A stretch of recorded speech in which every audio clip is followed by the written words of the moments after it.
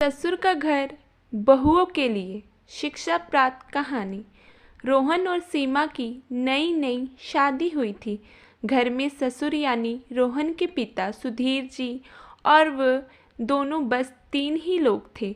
इस घर को रोहन के माँ बाप ने जीवन भर पाई पाई जुटाकर बड़ी मेहनत और अरमानों से बनाया था, वरना आज के समय में मुंबई में घर बनाना तो दूर की बात है, किराए पर लेना भी बहुत बड़ी अचीवमेंट से कम नहीं है। जब रोहन कॉलेज में था तब माँ ने उन्हें और दुनिया को छोड़कर जा चुकी थी। एक काम वाली बाई संकू थी जो सुबह से लेकर शाम तक उनके घर का सारा काम करती थी। नई नई शादी हुई थी, इसलिए शक्कू बाई का दिन भर घर में रहना सीमा को अपनी प्राइवेसी में बाधा सा लगता था। इसलिए अब शक्कू बाई सुबह खाना बनाना, कपड़े और पोछा करने के बाद चली जाती और वापिस शाम को आकर खाना बनाती।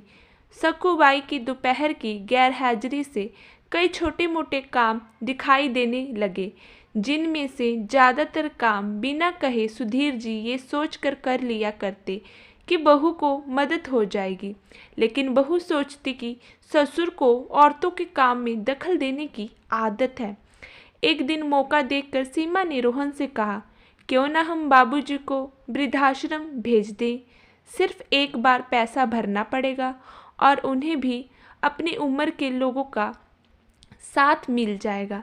हमें भी अपनी प्राइवेसी के बारे में ज़्यादा सोचना नहीं पड़ेगा।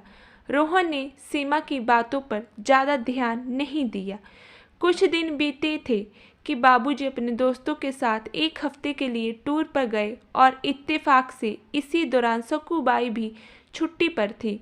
फिर क्या, सीमा को जैसा चाहिए था वैसा समय मिलने लगा। अब रोहन रेस्टोरेंट में खाना खा लेता और सीमा का काम आमलेट, ब्रेड या मैगी से चल जाता। खाना बनाने की टेंशन नहीं थी, लेकिन घर में निकलने वाले सारे काम तो अभी बाकी करने थे। ससुर जी की गैर हाजिरी में सीमा को एहसास हुआ कि वह बिना कहे जो काम कर लिया करते थे उनसे कितना फ़र्क पड़ता है। छोटे मोटे लगने वाले यह काम भी काफ़ी समय और एनर्जी लेने वाले थे। कुछ दिन बीतने के बाद एक दिन रोहन सीमा को कहता है, चलो आज कहीं बाहर घूम कर आते हैं। सीमा बड़ी खुशी खुशी सज धज कर बाहर घूमने के लिए तैयार हो जाती है। रोहन सीमा को अपने घर से 4 किलोमीटर की दूरी पर एक चौल में लेकर आता है। एक आदमी रोहन के हाथों में एक चाबी देता है। रोहन उस चाबी को लेकर चौल को एक कमरे का दरवाज़ा खोलता है।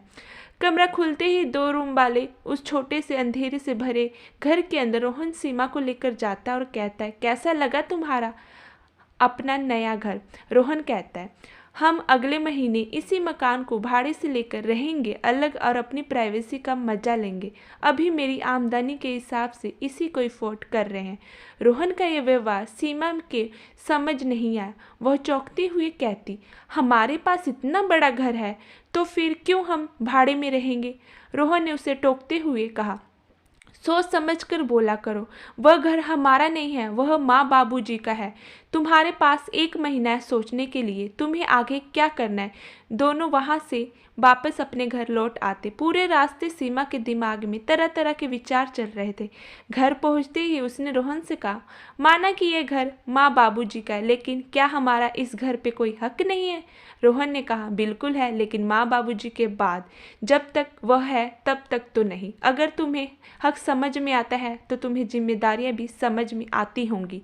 सिर्फ हक के बारे में सोचकर अपनी जिम्मेदारियों को भूलकर स्वार्थी होना क्या भला अच्छा है?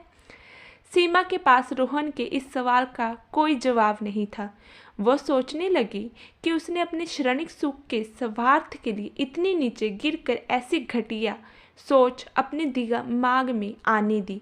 उसे मन ही मन पछतावा होने लगा। सीमा रोहन से बोली, मुझे माफ़ कर दीजिए, मैं सच में स्वार्थी हो गई थी, मुझसे बहुत बड़ी गलती हो गई।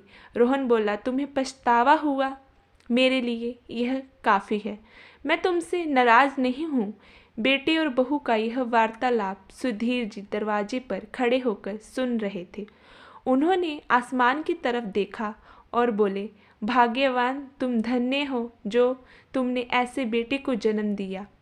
उन्होंने दरवाज़ा खटखटाया। बहू ने दरवाज़ा खोला।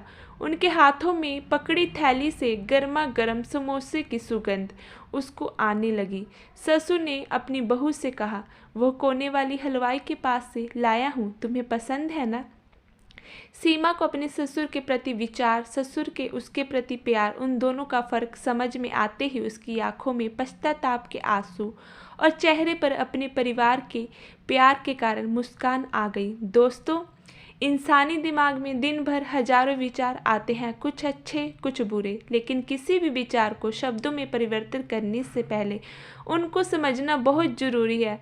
अक्सर विचार वास्तविकता एक दूसरे से मेल नहीं खाते। हमारे बुजुर्ग जो हमें बोझ लगते हैं, जिनसे हम बात बात पर चिढ़ जाते हैं, और ऐसा इसलिए होता है क्योंकि हम स्वार्थी होकर सोचते हैं और हमें उनके योगदान को समझ नहीं पाते। वह हमारे जीवन में बहुत अहम किरदार निभाते हैं।